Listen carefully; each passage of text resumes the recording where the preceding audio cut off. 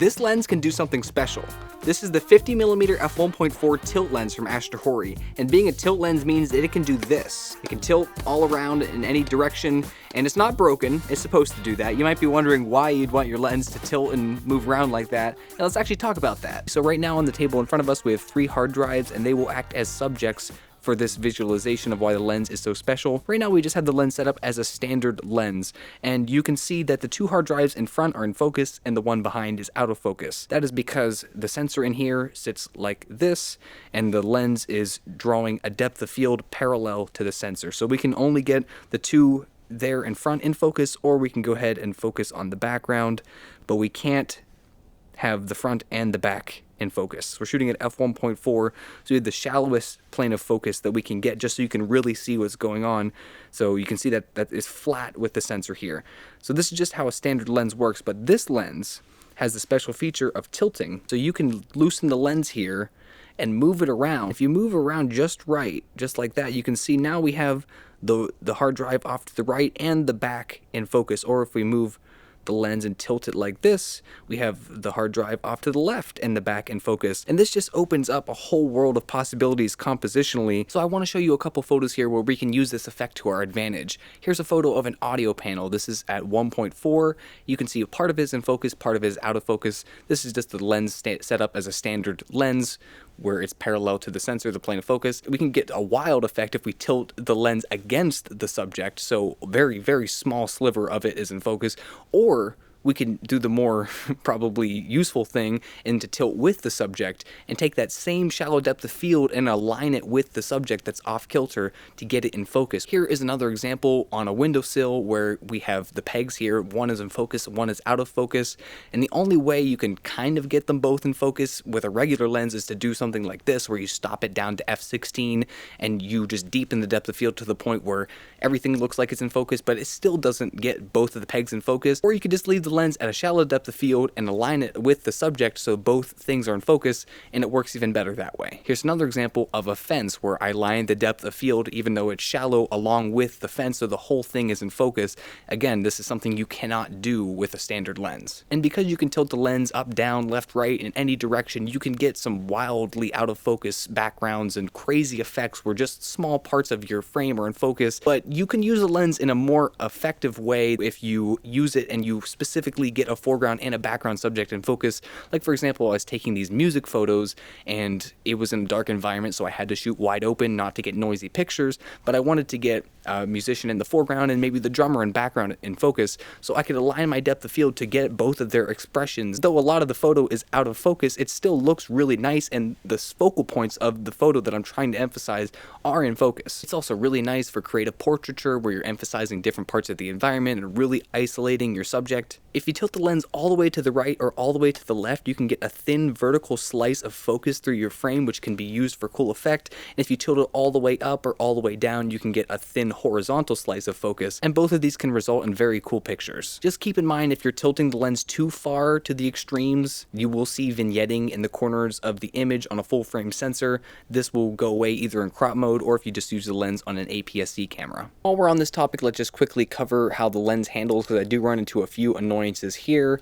It is actually very small if you look. For a 50mm 1.4 lens on a full frame sensor, this is a very small lens. You'll see in there is quite a few aperture blades. There's not a very polygonal shape as it's stopped down, and it is a smooth clickless aperture, which is a bit annoying because even if you just brush your finger along that aperture, it pretty easily moves and is right next to this focus ring. As you can see, there's only just a little bit of lens there in between these 2 moving parts, and that becomes even more annoying whenever you involve the tilt mechanism into this, which is right here. You gotta loosen like that, which twists the whole lens, and you can bring it back here, and it moves on a ball mount in any direction, which is pretty imprecise. So let's just say I wanted to have it like this and tighten it down. You can see that the whole lens moves there. So if you'd have to hold it here and then tighten it down, and then if the lens moves, you're bumping your aperture, you're changing your focus. It's pretty imprecise. This is not a very fast it's not a very fast process to take photos with this. The results do speak for themselves. They are very, very nice and they stand out quite a bit. It's just a bit of a hard lens to use, especially that tilt function. There could have been probably a better mechanism implemented, but overall, it's not the end of the world. It's just, you're not going to be working very fast with this. Now, in terms of image quality, this is one of those third-party lenses that really actually exceeds my expectations, especially for the price.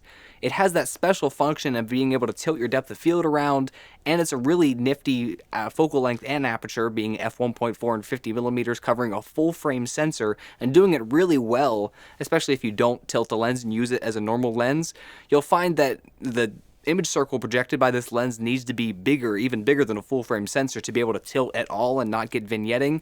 There is vignetting if you tilt the lens to the extreme all the way. You will see dark corners on full frame sensors, but because you're able to tilt at least some without seeing that vignetting, that means that the image circle projected by the lens is even bigger than a full frame sensor, probably somewhere close to the Fujifilm medium format sensor, just being able to cover that without tilting the lens.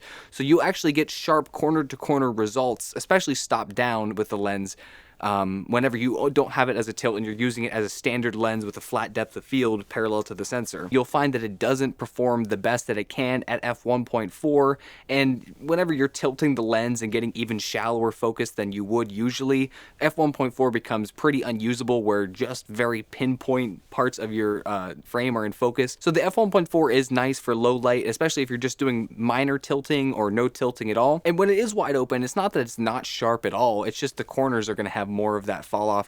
And of course, whenever you're tilting the lens and you get closer to the actual edge of the image circle, you'll notice a fall off, some more chromatic aberration and softness. But when you're shooting wide open, it has really nice bokeh, and because of all of those aperture blades inside, it's very soft and well-rounded. It's not jagged and unpleasing, but it has a general really, really nice character, good out of focus elements, and good sharpness in the middle, even wide open. The nice thing about this lens is that it is better with flare than most third-party lenses that I've tried in this price range.